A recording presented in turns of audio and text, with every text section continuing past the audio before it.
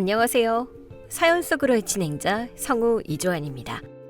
오늘 소개해드릴 이야기는 어이없이 구는 시모에게 복수한 주인공 이야기입니다. 이 이야기에 대한 여러분의 응원과 의견을 마음 편히 댓글로 달아주시면 감사하겠습니다. 오늘의 이야기 시작하겠습니다. 햇살이 참 좋았어요. 도심 외곽에 자리 잡은 요양원의 로비는 늘 그렇듯 평화롭고 안락했죠. 통유리 창 너머로 잘 가꾸어진 정원이 보였고 제 앞에는 은은한 향을 풍기는 캐모마일 티가 놓여 있었어요. 저는 만삭의 배를 부드럽게 쓰다듬으며 제 앞에 앉아 우아하게 찻잔을 기울이시는 요양원 원장님, 그러니까 새 시어머니를 향해 미소를 지었죠. 아가, 차가 식기 전에 마시렴. 아휴, 오늘따라 우리 손주가 아주 활발하게 움직이는구나. 네가 편안하니 아이도 신이 났나 보다. 네, 어머니. 여기만 오면 마음이 그렇게 편안할 수가 없어요. 다 어머니께서 신경 써주신 덕분이죠. 향이 참 좋네요. 어머, 너도 참. 내 귀한 며느리 챙기는 건 당연한 일이지. 그나저나 몸도 무거운데 굳이 여기까지 오느라 고생했다. 그렇게 시어머니와 다정하게 담소를 나누던 중이었어요. 갑자기 고요하던 로비 한쪽에서 찢어질 듯한 고성이 터져나왔죠. 이거 내가 누군지 알아? 내 아들이 얼마나 대단한 사람인데 감히 날 이런 데다 버려두고 가? 당장 내 아들 전화 연결해. 당장! 무심코 고개를 돌린 제 시선 끝에 입소 수속 데스크 앞 대리석 바닥에 주저앉아 악을 쓰는 한 노인의 모습이 들어왔어요. 낡아 빠진 점퍼 차림에 헝클어진 머리, 이성을 잃고 허공을 향해 삿대질을 해대는 그 여자는 바로 2년 전 저를 지옥으로 몰아넣으려 했던 제 전 시어머니였죠. 자식에게 버려져 가장 비참한 모습으로 발악하는 그 여자를 보는 순간 제 입가에는 서늘한 미소가 번졌어요. 사람의 인연이란 참 얄궂죠. 뿌린 대로 거둔다는 옛말이 단 한 글자도 틀리지 않았으니까요. 그 모습을 가만히 지켜보며 저는 차가운 찻잔을 내려놓고 2년 전 그 지독하게 추웠던 겨울날로 기억을 되돌렸어요. 결혼 생활 내내 저를 가장 괴롭혔던 건 아이가 생기지 않는다는 사실이었어요. 무려 10년이었죠. 10년이라는 지독한 난임의 시간 동안 저는 용하다는 병원은 다 찾아다녔고 몸에 좋다는 약은 다 다려 마셨어요. 제 몸이 망가지는 건 뒷전이었고 오로지 아이 하나만 바라보고 살았죠. 그렇게 뼈를 깎는 노력 끝에 기적처럼 제게 아이가 찾아왔어요. 테스트기에 선명한 두 줄을 봤을 때 그 벅찬 감동은 아직도 잊을 수가 없어요. 세상을 다 가진 것 같았죠. 하지만 그 행복은 너무나도 짧았어요. 유난히 눈이 많이 내렸던 그날, 전 남편과 외식을 마치고 식당을 나서던 길이었죠. 바닥은 꽁꽁 얼어붙어 빙판길로 변해 있었어요. 저는 혹시나 미끄러질까봐 조심조심 걸음을 내디디며 전 남편의 팔을 잡으려 했어요. 바닥이 너무 미끄러워. 내 손 좀 꽉 잡아줘. 하지만 전 남편은 스마트폰에서 눈을 떼지도 않은 채 귀찮다는 듯 제 손을 툭 쳐냈어요. 에이, 진짜 유난 좀 떨지 마. 알아서 잘 걸으면 되잖아. 나 지금 중요한 연락 기다리는 중이야. 그래도 나 임신 초기잖아. 혹시라도 넘어지면 큰일 나니까 그렇지. 조금만 천천히 가. 평소에 운동을 안 하니까 엄살만 늘어서는. 빨리 좀 따라와. 추워 죽겠네. 그렇게 저를 훌쩍 앞서가던 전 남편을 급하게 따라가려던 순간 얇게 얼어붙은 얼음을 밟은 제 발이 허공으로 붕 떴어요. 둔탁한 파이름과 함께 온몸에 끔찍한 고통이 밀려왔죠. 제발 아이만은 무사하기를 바랐지만 병원에서 눈을 떴을 때 저는 이미 아이를 잃은 후였어요. 전 남편의 그 작은 부주의, 아니 그 이기적인 무관심이 제 10년의 기적을 한순간에 앗아가 버린 거예요. 슬픔을 채 추스르기도 전이었어요. 퇴원하고 집에 돌아와 텅 빈 방에 홀로 앉아 있었죠. 탁자 위에는 제가 아이를 위해 한 땀 한 땀 정성껏 지어두었던 하얀 베네저고리가 놓여 있었어요. 그걸 끌어안고 조용히 숨을 고르고 있는데 현관문 비밀번호가 요란하게 눌리더니 전 시어머니가 들이닥쳤어요. 아이고, 내 팔자야. 네가 기어이 내 귀한 손주를 잡아먹었구나. 내가 너 그럴 줄 알았다. 애초에 튼튼하지도 못한 게 임신은 무슨 임신을 한다고 유난을 떨어? 전 시어머니는 신발도 벗지 않고 거실로 성큼성큼 걸어 들어왔어요. 저는 몸을 일으킬 힘조차 없어서 멍하니 그 모습을 바라만 봤죠. 그 여자는 식탁 위에 놓여있던 머그잔을 거칠게 밀쳐냈고 잔이 쓰러지며 짙은 갈색 커피가 대리석 바닥에 흥건하게 쏟아졌어요. 아유, 집구석 꼬라지하고는. 내일 당장 귀한 새 식구가 올 텐데 집안 꼴이 이게 뭐야? 그러더니 그 여자는 곁눈질로 제가 안고 있던 베네저고리를 발견했어요. 순식간에 다가와 제 손에서 그걸 획 낚아채더니 쏟아진 커피를 향해 내동댕이 치며 바닥을 벅벅 닦아내기 시작했죠. 어머니, 지금 뭐 하시는 거예요? 그거 제 아이 베네저고리예요. 당장 이리 주세요. 제가 소리를 지르며 몸을 던졌지만 전 시어머니는 오히려 저를 매섭게 쏘아보며 코웃음을 쳤어요. 아이? 유산된 마당에 이딴 헝겊조가리가 왜 필요해? 재수없게. 넌 이제 이 집안 사람도 아니야. 내일 우리 아들 새며느리 들어올 거니까 너는 당장 네 짐 싸서 이 집에서 나가. 새며느리요? 어머니, 지금 그게 무슨 말씀이세요? 제가 아직 이 집 며느리인데 누가 들어와요? 며느리는 무슨 며느리? 애도 못 낳는 반쪽짜리가 어디서 며느리 행세야. 우리 아들이 벌써 다 알아서 똑똑하고 번듯한 여자로 골라놨다. 너같이 주제 파악 못하는 애랑은 진작에 끝났어. 오늘 당장 짐 싸서 꺼져. 그 순간 현관문 도어락 소리가 한 번 더 울리더니 전 남편이 누군가를 대동하고 집 안으로 들어섰어요. 한눈에 봐도 빈틈없어 보이는 정장 차림에 차갑고 오만한 눈빛을 가진 여자였죠. 전 남편은 그 여자의 손을 다정하게 잡은 채 저를 쳐다봤어요. 미안함이나 죄책감 따위는 찾아볼 수 없는 아주 뻔뻔하고 당당한 얼굴이었죠. 엄마 말 들었지? 당장 짐 싸. 우리 이혼해. 이혼? 당신 지금 제정신이야? 아이 잃은 지 며칠이나 지났다고 외도한 여자랑 당당하게 내 집에 기어들어와서 이혼을 요구해? 외도라니, 말이 심하네. 우린 영혼의 파트너야. 당신이랑은 진작에 끝났잖아. 애초에 당신이 그렇게 칠칠맞게 넘어져서 애만 안 잃었어도 내가 이렇게 빨리 정리하진 않았어. 다 당신이 자초한 일이야. 전 남편의 옆에 서 있던 여자가 가볍게 헛기침을 하더니 제 앞으로 나섰어요. 아주 사무적이고 기계적인 감정이라고는 한 방울도 섞이지 않은 말투였죠. 안녕하세요. 이야기는 많이 들었습니다. 상황이 이렇게 됐으니 감정 낭비는 그만하시죠. 위자료는 제가 적정선에서 챙겨드릴 테니 깨끗하게 합의혼 서류에 도장 찍어주셨으면 하네요. 제 시간은 아주 비싸거든요. 그 순간 저는 제 안에 무언가가 아주 차갑고 투명하게 가라앉는 걸 느꼈어요. 억울함에 바닥을 뒹굴며 오열할 거라 기대했던 모양인데 저는 그런 착해 빠진 바보가 아니거든요. 슬픔에 잠식되어 이성을 잃는 대신 저는 아주 차분하게 거실 테이블 위에 놓인 제 스마트폰의 녹음 버튼을 눌렀어요. 붉은색 녹음 표시가 켜지는 걸 눈으로 확인한 뒤 저는 눈물 한 방울 흘리지 않고 똑바로 고개를 들어 세 사람을 번갈아 바라봤죠. 위자료? 합의? 내가 왜 당신들 입맛대로 해줘야 하지? 당신이 지금 고집부릴 처지가 아니잖아. 좋게 말할 때 도장 찍고 나가. 안 그러면 한 푼도 못 받고 빈손으로 쫓겨날 줄 알아? 빈손으로 쫓겨나? 당신 정말 머리가 어떻게 된 거 아니야?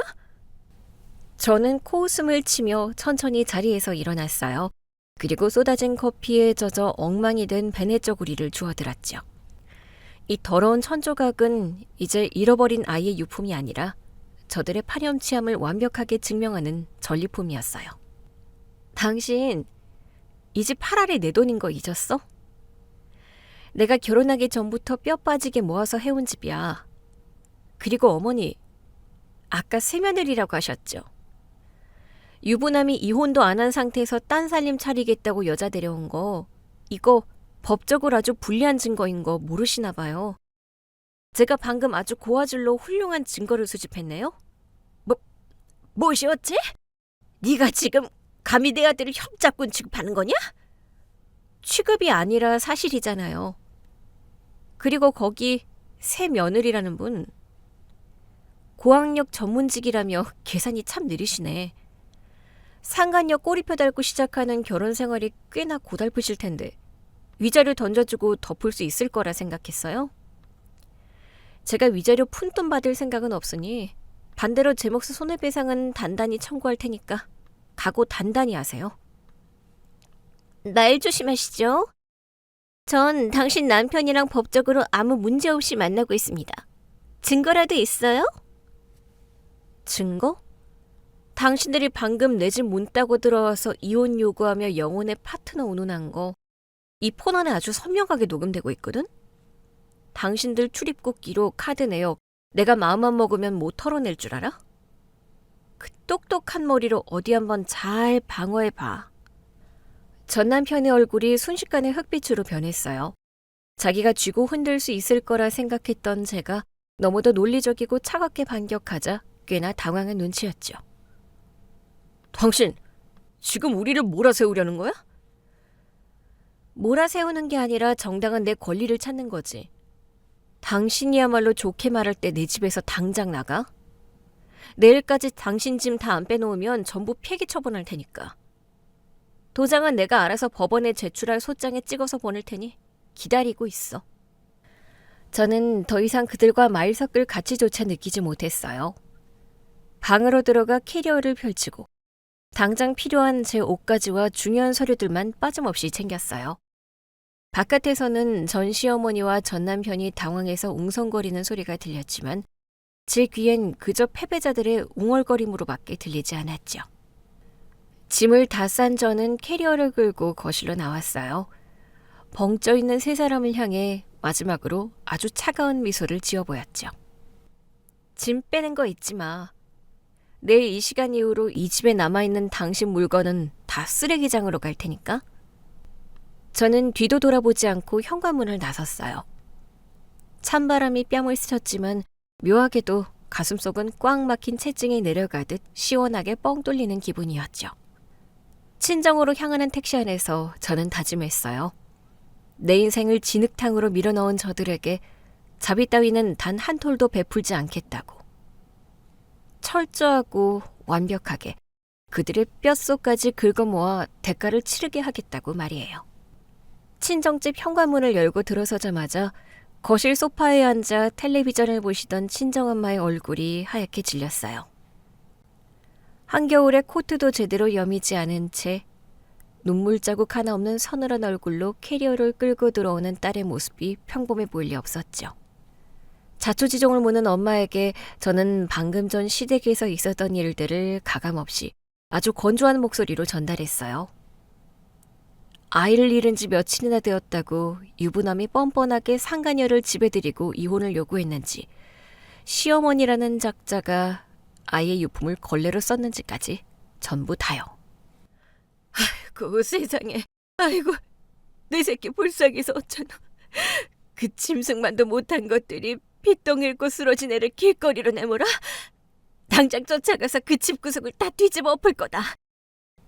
엄마는 가슴을 치며 오열하셨고 결국 혈압이 올라 자리에 드러누우셨어요. 보통의 딸들이라면 엄마를 부여잡고 같이 엉엉 울었겠지만 저는 그럴 시간이 없었어요. 눈물을 흘린다고 해서 제 계좌에 위자료가 꽂히는 것도 아니고 저들의 인생이 망가지는 것도 아니니까요. 저는 찬 물수건으로 엄마의 이마를 짚어드린 뒤 곧바로 제 방으로 들어가 노트북을 켰어요. 감정은 사치였고 지금 제가 필요한 건 오직 완벽한 숫자와 증거뿐이었죠. 엄마, 울지 마세요. 저 하나도 안 불쌍해요. 오히려 그 인간들 시궁창 같은 밑바닥을 지금이라도 알게 돼서 다행이죠. 제 인생에서 그 쓰레기들을 아주 완벽하게 합법적으로 도려낼 거니까 지켜만 보세요. 저는 곧바로 서재에 보관해 두었던 두꺼운 외장하드를 노트북에 연결했어요. 지난 결혼 생활 동안 제가 시댁의 재산을 증식시키기 위해 쏟아부었던 모든 기여도를 수치화하는 작업부터 시작했죠. 시가 소유의 5층짜리 상가 건물. 그거 사실상 제가 다 관리한 거나 다름없었거든요. 전시모는 수급 날짜에 맞춰 통장에 찍히는 돈만 확인할 줄 알았지 세입자들 불만사항 처리나 건물 유지 보수는 전부 제 차지였어요. 저는 3층 누수공사 당시 제가 직접 업체를 알아보고 견적을 낮춰 계약했던 영수증, 1층 카페 세입자와 임대료 인상 문제를 두고 법적 분쟁까지 갈 뻔한 걸 제가 중간에서 원만하게 조율해 작성한 갱신계약서, 그리고 지난 5년간 제가 직접 기장대행을 맡아 처리했던 시가의 종합소득세 및 부가가치세 신고 내역서들을 모조리 폴더별로 정리했어요. 이것만으로도 재산 형성 및 유지 기여도를 최소 40% 이상 주장할 수 있는 완벽한 물증이었죠. 그 다음은 외도 증거였어요. 전 남편은 항상 본인이 아주 치밀하다고 착각했지만 제 눈엔 허술하게 짝이 없었죠. 저는 전 남편의 스마트폰 구글 타임라인 기록을 제 노트북과 동기에 두었던 걸 활용했어요. 그가 지방 세미나를 핑계로 외박했던 날짜들의 동선을 역추적했죠. 아니나 다를까 세미나가 열렸다던 부산이 아니라 강릉의 최고급 풀빌라 리조트에 떡하니 찍혀있는 위치 기록을 확인했어요. 여기에 더해 저는 그날의 전 남편 차량 블랙박스 메모리 카드 복원을 사설업체에 맡겼어요. 며칠 뒤 도착한 복원 파일 안에는 두 사람이 차 안에서 나누었던 구역질 나는 대화들이 아주 선명하게 녹음되어 있었어요. 자기야, 나 빨리 그 여자 정리하고 자기랑 리조트 회원권 끊어서 매주 오고 싶다. 그러게 진작에 정리하라고 했잖아요. 나 더 이상 기다리기 지루해요. 이번에 잘못된 거 기회니까 확실히 도장 찍어내요. 그 음성을 들으며 저는 커피 한 모금을 여유롭게 마셨어요. 법원 제출용으로 완벽하게 편집을 마친 뒤 법무법인 중에서도 이혼 및 재산 분할 소송으로 가장 승소율이 높다는 독종 변호사를 선임했어요. 저는 변호사 테이블 위에 제가 정리한 기여도 입증 자료와 외도 증거, 그리고 시가 건물 대장과 전 남편의 급여 계좌 내역까지 산더미처럼 쌓아 올렸어요.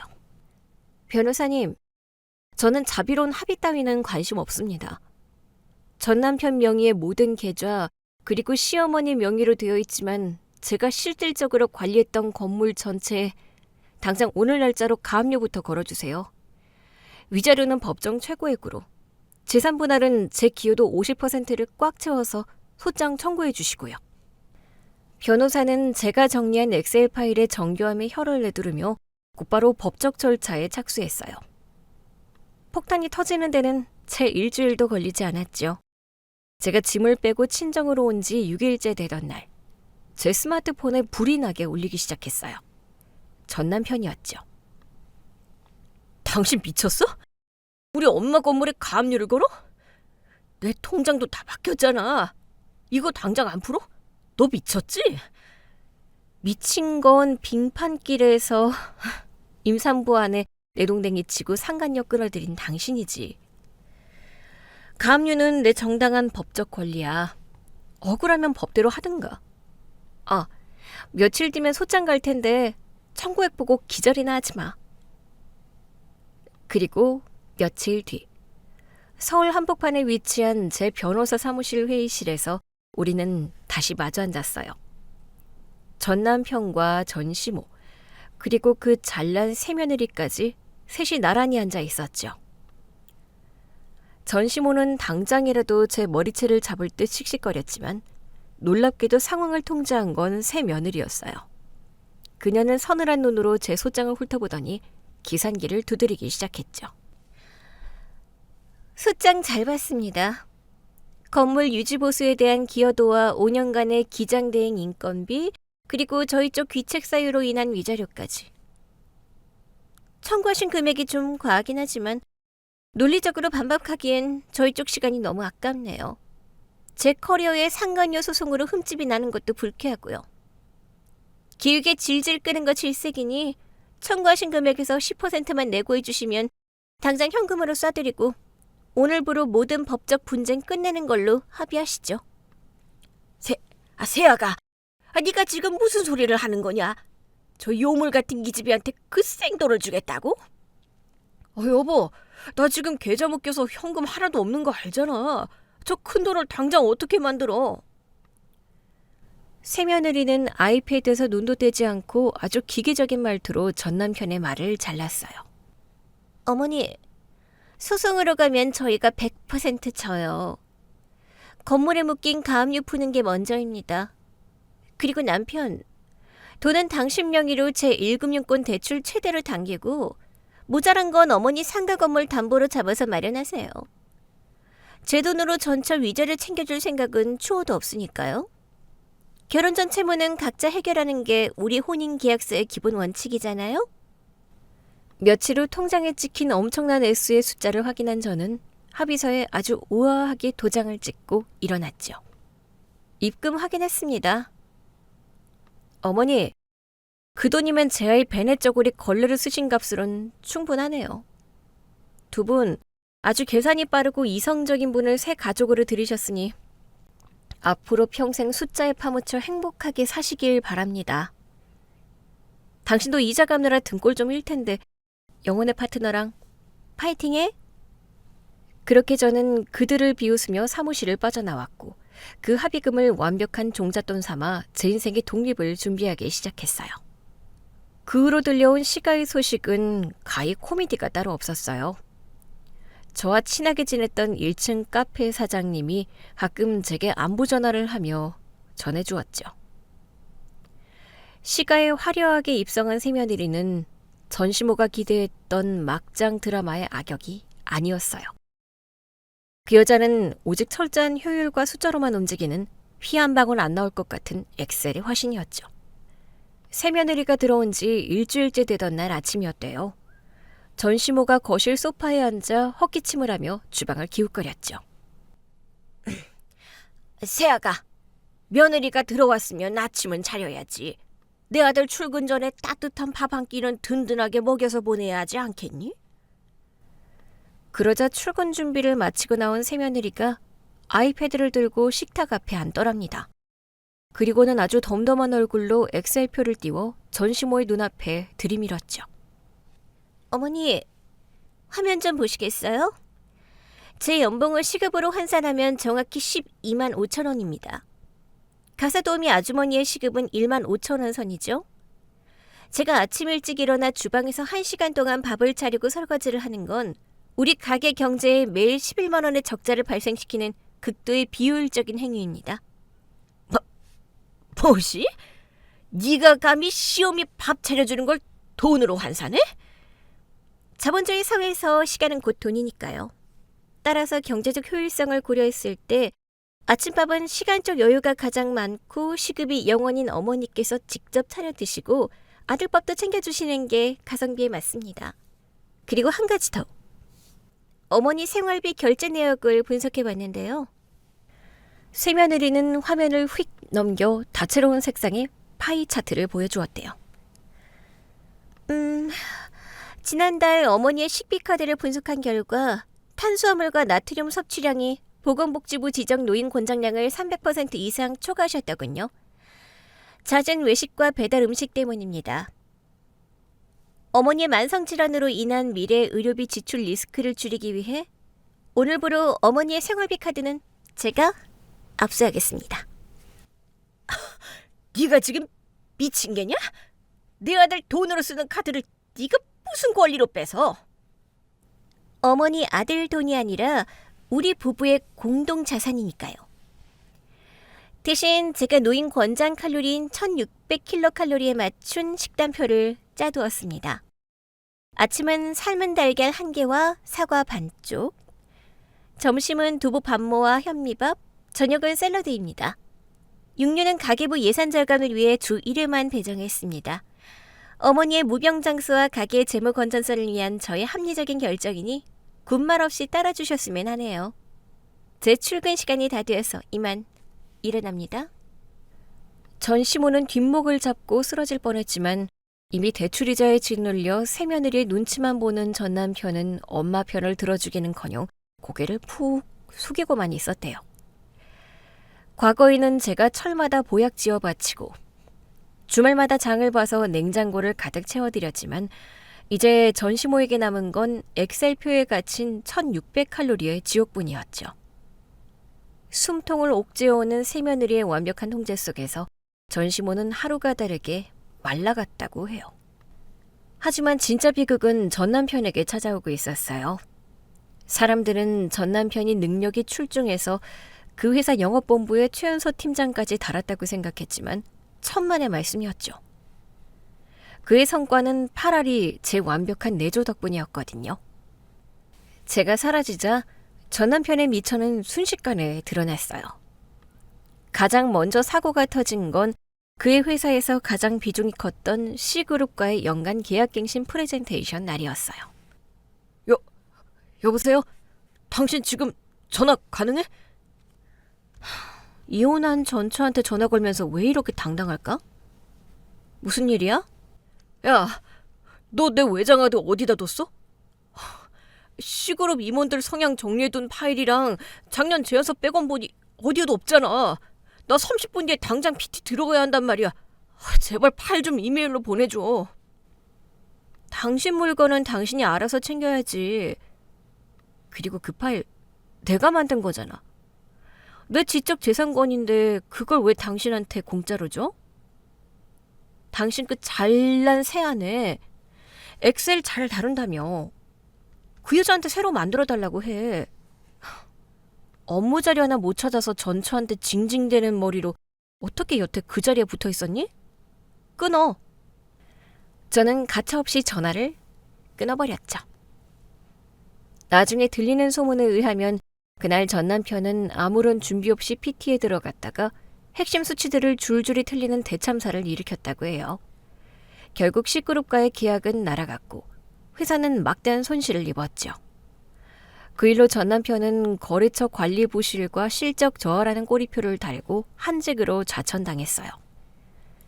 인센티브로 유지되던 그의 수입은 반토막이 났고 남은 건 다달이 갚아야 하는 엄청난 대출 이자뿐이었죠. 돈줄이 마르기 시작하자 은행이 가장 먼저 움직였어요. 전 남편이 위자료를 주기 위해 받았던 마이너스 통장과 신용대출의 만기가 도래했는데 은행에서는 연장 거부를 통보했어요. 과거에는 제 튼튼한 신용등급과 안정적인 수입이 공동 담보 역할을 했지만 이제 그는 홀몸이었고 실적마저 곤두박질 친 위험 고객으로 분류된 거예요. 발등에 불이 떨어진 전 남편은 결국 자존심을 꺾고 새 아내에게 손을 벌렸어요. 여보, 은행에서 대출 연장을 안 해준대. 원금을 일부 상환하지 않으면 당장 신용불량자가 되게 생겼어. 당신 적금 든 거 있잖아. 그거 조금만 깨서 한 번만 막아주면 안 될까? 내가 이자 쳐서 꼭 갚을게. 하지만 침대에 누워 태블릿으로 주식 차트를 보고 있던 새 아내의 반응은 얼음장처럼 차가웠어요. 당신 기억력이 안 좋네요. 혼인신고하기 전에 우리가 작성한 재산분할합의서 3조 2항. 결혼 전 발생한 각자의 채무는 본인의 근로소득 범위 내에서 해결하며 상대방의 자산의 권리를 주장할 수 없다. 기억 안 나요? 아니, 부부 사이 어떻게 그렇게 칼같이 끊어? 나 지금 길거리에 남게 생겼다고. 내가 무너지면 당신도 피곤해지는 거 몰라? 제가 왜 피곤해지죠? 전 제 명의로 된 자산 완벽하게 방어하고 있는데요. 당신 빚을 왜 제 피 같은 돈으로 갚아요? 능력 안 되면 차를 팔든가 어머니 상가 건물을 금매로 넘기든가 알아서 하세요. 전 남편은 그 냉혹한 선언 앞에서 입만 뻥끗거릴 뿐 단 한마디도 반박하지 못했어요. 자기가 걷어찬 제가 얼마나 큰 우산이 되어 그를 보호하고 있었는지 그제야 뼈저리게 느끼고 있었겠죠. 하지만 후회해봤자 이미 기차는 떠난 지 오래였어요. 저를 벼랑 끝으로 밀어냈던 그들은 스스로 판 함정에 빠져 숨막히는 계산과 가난이라는 지옥 속으로 천천히 침몰해가고 있었으니까요. 반면 저는 그들이 안겨준 거액의 위자료를 발판 삼아 제 인생의 두 번째 막을 아주 화려하게 올릴 준비를 마친 상태였죠. 제 진정한 반전은 이제부터가 진짜 시작이었습니다. 업계에서 꽤 알아주는 대형 의료재단 컨설팅 회사에 당당히 경력직으로 입사했어요. 그곳에서 제 능력을 10분 발휘할 기회가 곧장 찾아왔죠. 재단 산하의 요양원들 수익 구조를 개선하는 대규모 프로젝트였어요.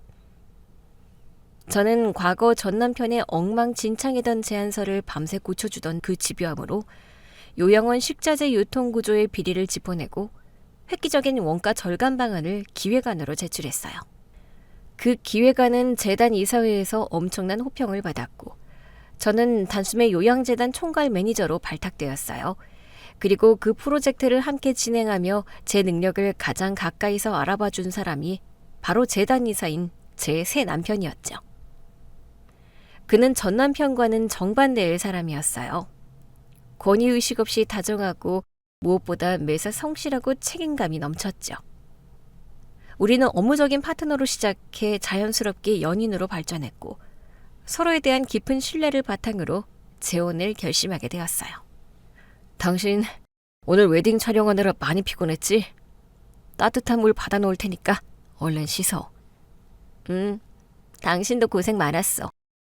그래도 사진 찍어주신 작가님이 우리 보고 너무 잘 어울린다고 하셔서 기분 참 좋더라. 당연하지. 내 눈에는 당신이 세상에서 제일 예뻐. 우리 앞으로 진짜 행복하게 잘 살자. 당신 눈에서 다시는 눈물 나게 안 할게. 고마워, 당신. 나도 당신한테 부끄럽지 않은 든든한 아내가 될게. 그렇게 완벽한 새 출발을 하고 딱 한 달이 지났을 무렵이었어요.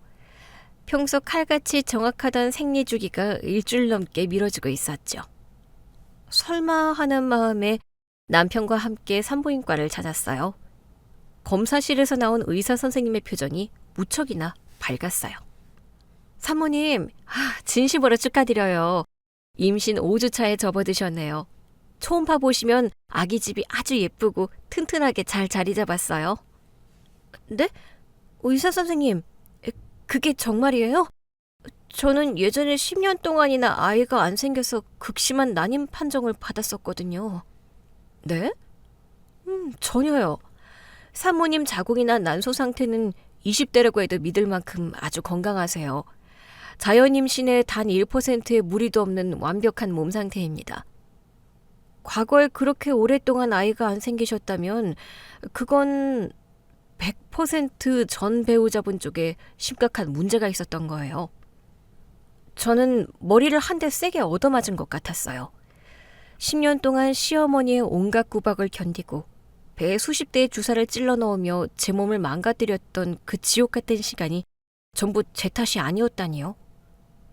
빙판길에서 저를 내동댕이 치고 아이를 잃게 만들었던 그 인간이 애초에 제게 불임이라는 낙인을 찍었던 원흉이었던 거예요. 당신, 거봐. 내 말이 맞지? 당신한테는 아무 문제 없다고 했잖아. 그동안 몹쓸 인간들 틈에서 혼자 자책하고 마음고생한 거 생각하면 내가 다 속이 부글부글 끓래. 하지만 이제 그런 과거는 다 잊어버려. 우리한테 찾아온 이 예쁜 기적만 생각하자. 응? 당신 정말 고마워. 나 진짜 억울해서 눈물 날 뻔했는데 당신 보니까 싹 가시네. 그 인간들 죗값은 알아서 치르고 있을 테니 우리는 우리 행복만 생각할래. 제가 이렇게 새 남편의 따뜻한 보살핌 속에서 행복을 만끽하고 있을 때 전 남편과 새 며느리의 상황은 정확히 정반대를 향해 곤두박질치고 있었어요. 제게서 뜯어낸 위자료로 간신히 급한 불을 껐던 전 남편은 결국 바닥난 업무 능력 탓에 회사에서 권고사직을 당하고 말았죠. 새 며느리의 싸늘한 눈초리를 견디다 못한 그는 어떻게든 아이를 가져서 그 여자를 붙잡아두려는 얄팍한 수를 썼어요. 하지만 아무리 시도를 해도 아이는 생기지 않았고 결국 두 사람은 신경전을 벌이다 난임 클리닉을 찾았죠. 검사 결과가 좀 안 좋습니다. 아니, 많이 안 좋네요. 환자분 정자수가 정상 기준치에 한참 못 미치고 그나마 있는 정자들도 운동성에 거의 없는 기형 정자입니다. 사실상 자연 임신은 거의 불가능한 상태예요. 선생님, 그게 무슨 소리예요? 제 전처는 이전에 제 아이를 분명히 임신했었다고요. 돌팔이 아니에요, 이거? 진정하세요. 아주 기적적인 확률로 과거에 한 번 성공하셨을 수는 있지만 지금 환자분 상태는 극심한 스트레스와 누적된 피로로 생식 기능이 완전히 망가진 상태입니다. 이 정도 수치면 시험관 시술조차 장담하기 어렵습니다. 당신, 나한테는 당신 몸에 아무 문제 없다고 큰 소리 뻥뻥 치더니 결국 당신이 하자품이었네? 당신 말이 좀 심하잖아. 나도 내 몸이 이런 줄 정말 몰랐다고. 새며느리는 더 이상 전 남편의 말을 듣지도 않고 자리에서 일어나 밖으로 나가버렸어요. 그리고 그날 밤 새며느리는 아주 깔끔하게 정리된 서류 봉투 하나를 식탁 위에 올려두었죠. 이 서류에 도장 찍어. 내일까지 안 찍으면 바로 소장 접수할 거니까 알아서 해. 당신 지금 장난해? 갑자기 이혼이라니. 우리가 부부싸움 좀 했다고 당장 갈라서 자는 거야? 부부싸움? 상황 파악이 아직도 안 되나 본데 당신 회사에서 잘리고 백수된 지 벌써 몇 달째야? 대출이자 밀리는 거 내가 내 카드로 돌려막기 해준 것만 벌써 1,000만 원이 넘어. 거기에 자연 임신 불가 판정? 여보, 내가 다 잘못했어. 내가 노가다를 뛰어서라도 돈 벌어올게. 한 번만 기회를 줘. 기회는 이미 충분히 줬어. 내 인생 포트폴리오에서 당신은 이제 완벽한 마이너스 자산이야. 투자 대비 손실이 너무 커서 더 이상 쥐고 있을 이유가 없다고. 나눌 재산도 없고 각자 혼인 전 재산 그대로 들고 깔끔하게 갈 길 가. 당신 빚은 당신이 대리운전을 뛰든 막노동을 하든 알아서 갚고 내 인생에서 엑셀값 오차내지 말고 당장 꺼져. 전 남편은 새며느리의 바짓가랑이를 붙잡고 매달렸지만 그녀는 일말의 동정심도 없이 자신의 명의로 된 기중품과 통장들을 챙겨 미련 없이 집을 떠나버렸어요. 혼자 남은 전 남편에게 닥친 재앙은 그것뿐만이 아니었어요.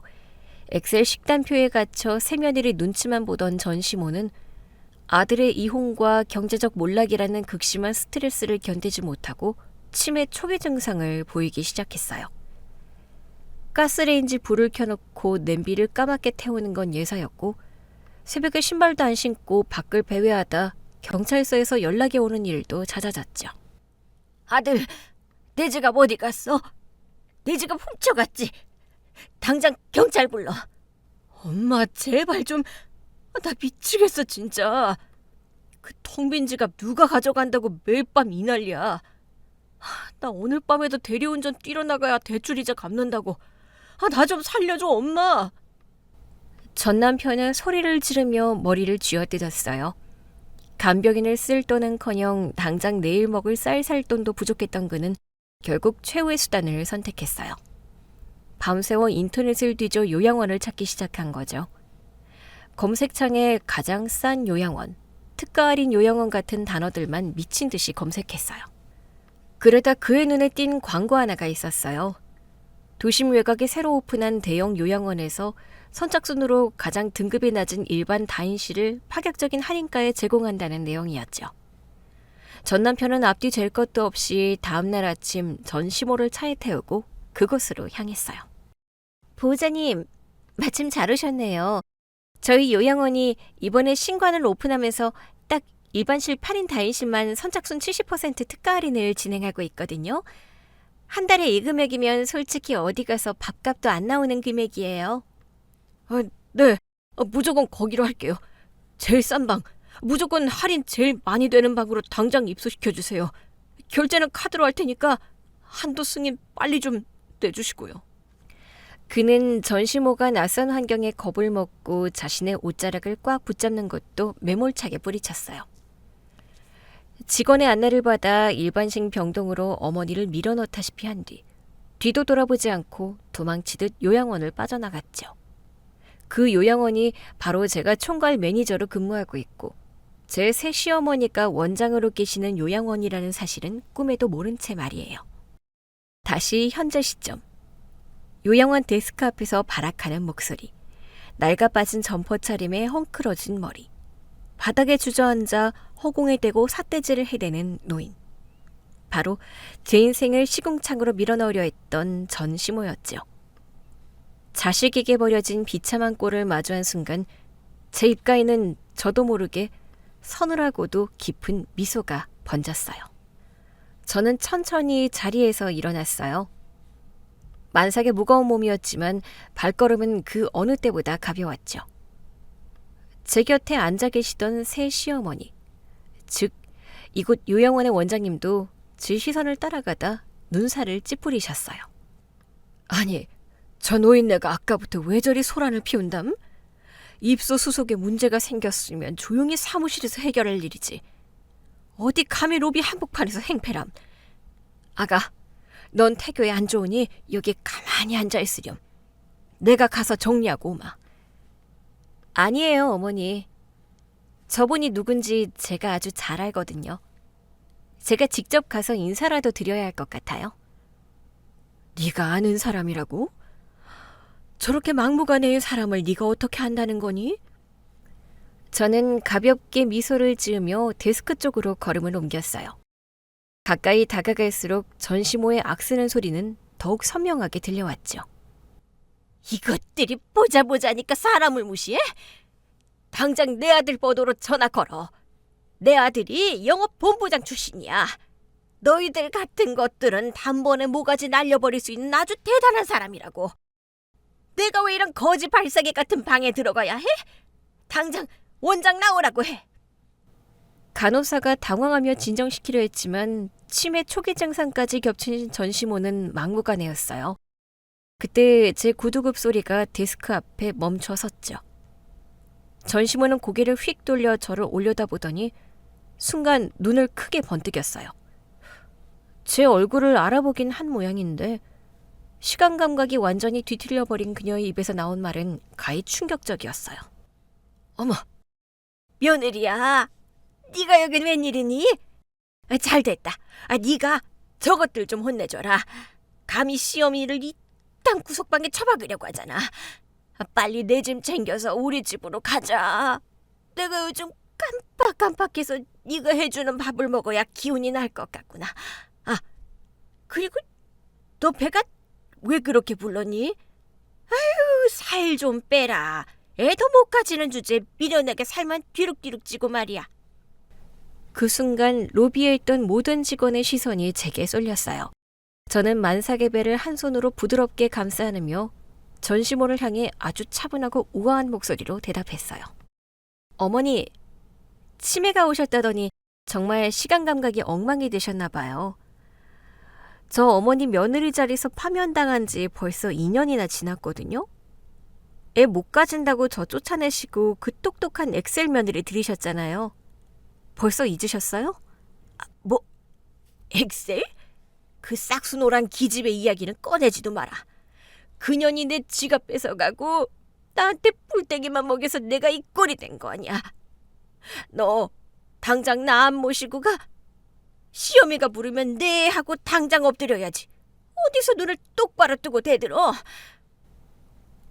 전시모가 자리에서 벌떡 일어나 제 옷자락을 쥐어뜯으려 손을 뻗는 찰나였어요. 뒤따라오신 제 새 시어머니가 단숨에 제 앞을 막아서며 전시모의 손목을 매섭게 쳐내셨죠. 어디서 감히 불결한 손을 뻗어. 당신이 뭔데 우리 귀한 며느리 내 손주 품은 애한테 행패입니까? 넌 또 뭐야? 네가 뭔데 남의 며느리한테 우리 며느리 타령이야? 남의 며느리? 정신 똑바로 차리세요. 이 아이는 내 아들의 하나뿐인 아내이자 이 요양원재단의 총괄 매니저입니다. 당신 같은 사람한테 삿대질 받을 군번이 아니란 말입니다. 김 간호사, 당장 이 환자 보호자 호출해. 보지 않으면 당장 입소 취소하고 강제 퇴소 처리시켜버려. 원장님의 불호령에 데스크는 순식간에 비상사태가 되었어요. 간호사들은 서둘러 전 남편의 번호로 전화를 걸었고 전시모는 제 새 시어머니의 엄청난 기세에 눌려 엉덩방아를 찧으며 바닥에 주저앉았죠. 저는 원장님의 팔을 가볍게 토닥이며 진정시켜드렸어요. 어머니, 너무 화내지 마세요. 혈압 오르시겠어요. 제가 알아서 처리할 테니 어머니는 원장실에서 잠시 쉬고 계세요. 저런 상식이야의 인간들 때문에 네가 스트레스 받을까 봐 그렇지. 알았다. 문제 생기면 바로 보안요원 부르렴. 원장님이 자리를 비우신 후 저는 데스크 앞 소파에 여유롭게 앉아 따뜻한 물을 한 모금 마셨어요. 10분쯤 지났을까요? 자동문이 거칠게 열리며 누군가 헐레벌떡 로비로 뛰어들어왔어요. 땀에 흠뻑 젖은 싸구려 패딩 점퍼에 밤샘 대리운전의 여파인지 퀭하게 파인 눈동자, 덥수룩하게 자란 수염까지. 한때 번듯한 대기업 명함을 내밀며 거드름을 피우던 전 남편의 모습은 온데간데 없고 그저 삶에 찌든 패배자 한 명이 서 있었죠. 간호사님, 죄송합니다. 제가 일하느라 전화를 늦게 받았습니다.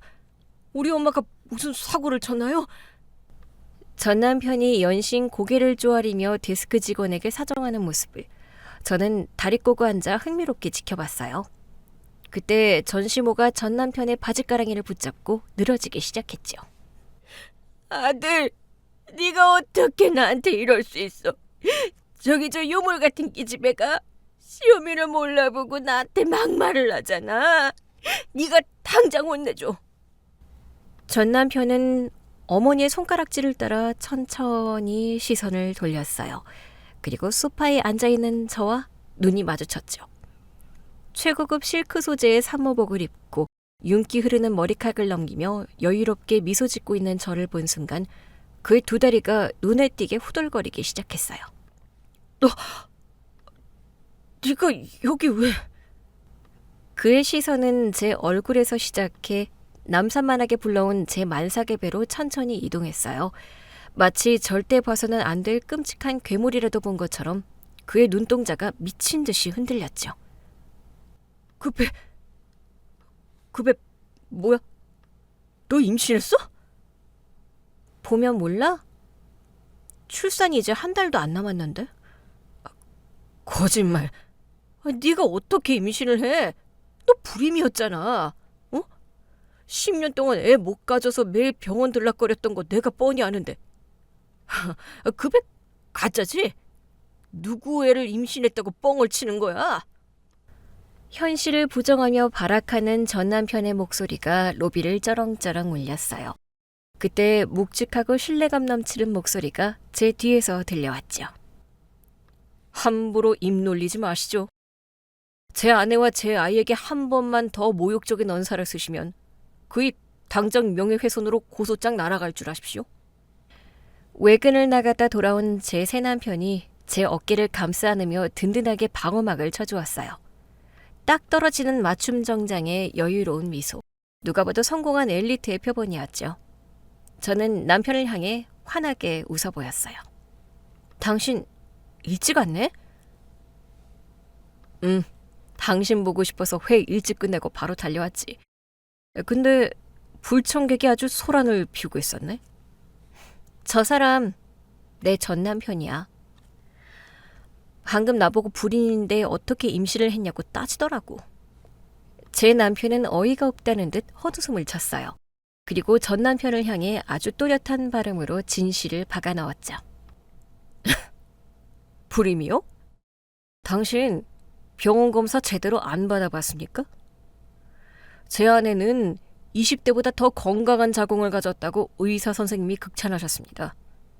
10년 동안 당신과 살면서 아이가 안 생겼던 건 당신이 스트레스성 무정자증의 기형정자 투성이었기 때문 아닙니까?